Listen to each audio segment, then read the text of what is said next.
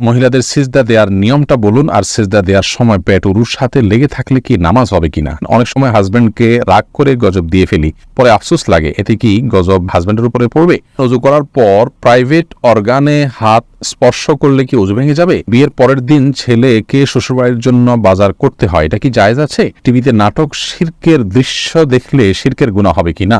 ঘরে বিড়াল থাকলে নাকি নামাজ হয় না, এটা কি সত্য কথা? তাহাজ্জুদ নামাজ কি ঘর অন্ধকার করে পড়তে হবে? আমার এক বান্ধবীর ধারণা, তার বিয়ে না হওয়ার জন্য তার শত্রুরা তার উপরে কালো জাদু করেছে। আমার বান্ধবীর করণীয় কি? যেসব নারীর সন্তান প্রসবের 40 দিনের পরেও রক্ত প্রবাহ বন্ধ না হয়, তারা কিভাবে বাদবন্দি করবেন? বাজারে যে বিভিন্ন নামি দামি ব্র্যান্ডের বডি লোশন এবং ক্রিম পাওয়া যায়, সেগুলো কি ওযু গোসল করার পর ব্যবহার করে নামাজ আদায় করা যাবে? সকালে ঘর ঝাড়ু না দিলে কি কোনো অমঙ্গল হয়? আমরা বিলম্ব না করে চলুন আপনাদের গুরুত্বপূর্ণ প্রশ্নগুলোর উত্তর দেওয়ার আলোকিত ভুবনে প্রবেশ করি।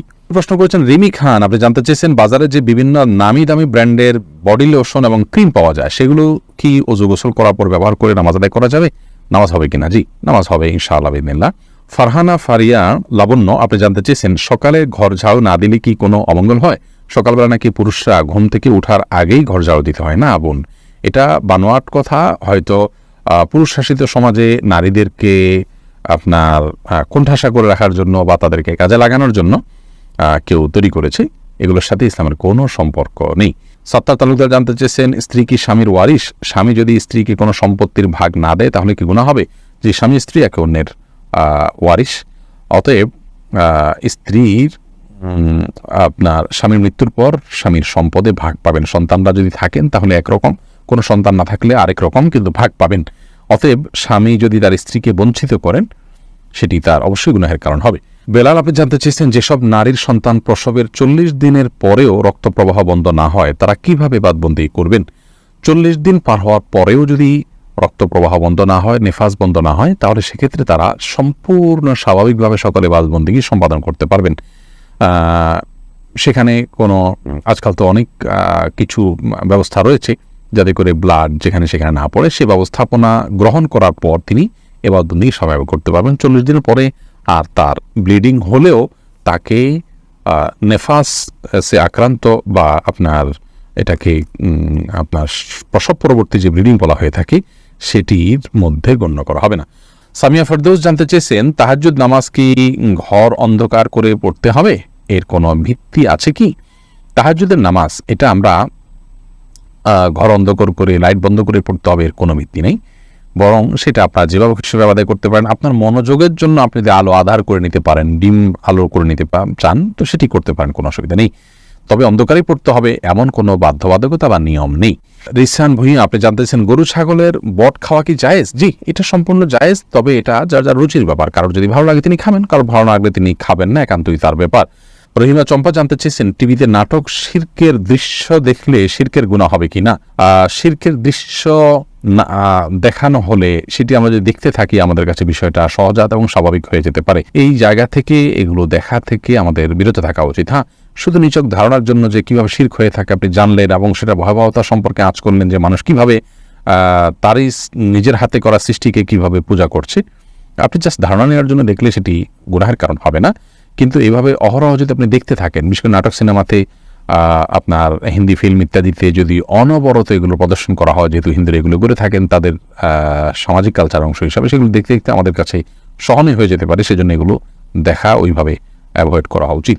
এরপর সাদিক ইসলাম জানতে চেয়েছেন বিয়ের পরের দিন ছেলেকে শ্বশুরবাড়ির জন্য বাজার করতে হয়, এটা কি জায়েজ আছে? বিয়ের পরের দিন ছেলে শ্বশুরবাড়ির জন্য বাজার করতে হয়, এরকম কোনো কালচার ইসলাম আমাদেরকে শেখায় নাই। এগুলো আমাদের দেশীয় কালচার এবং সংস্কৃতি।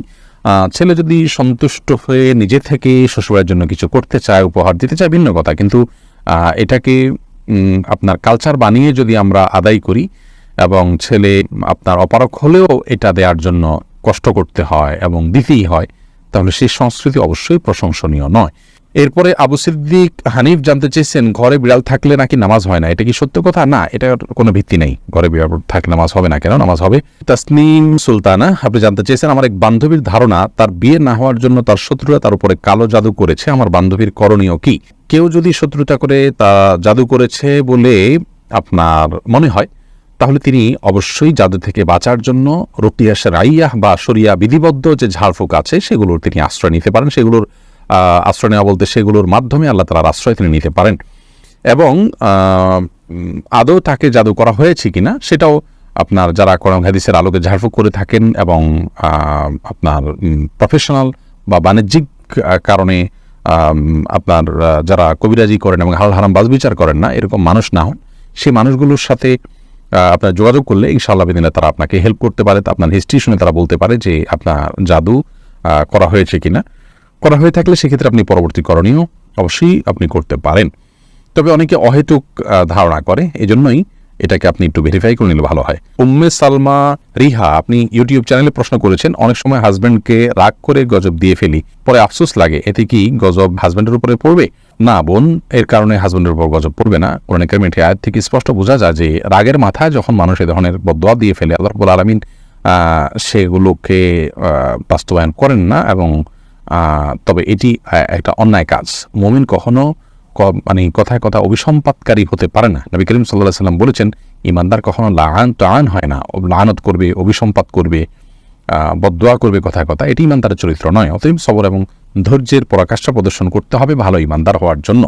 আর দীপু জানতে চেয়েছেন, ওযু করার পর প্রাইভেট অর্গানে হাত স্পর্শ করলে কি ওযু ভেঙে যাবে? ইমাম আবু হানিফা রাহিমাহুল্লাহর মত অনুযায়ী ওযু ভাঙবে না, এবং এর সপক্ষে অনেকগুলো দলিল এবং যুক্তি আছে, বিভিন্ন স্পষ্ট হাদিস রয়েছে।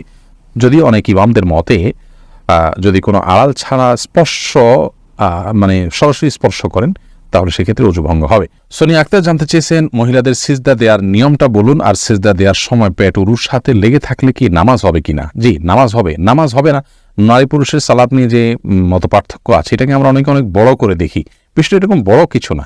আপনার এখানে যারাই ইখতিলাফ করে থাকেন, জাস্ট এখানে পদ্ধতির উত্তম অনুত্তমের বিষয়টা, নামাজ হওয়া না হওয়ার কোনো ইখতিলাফ এখানে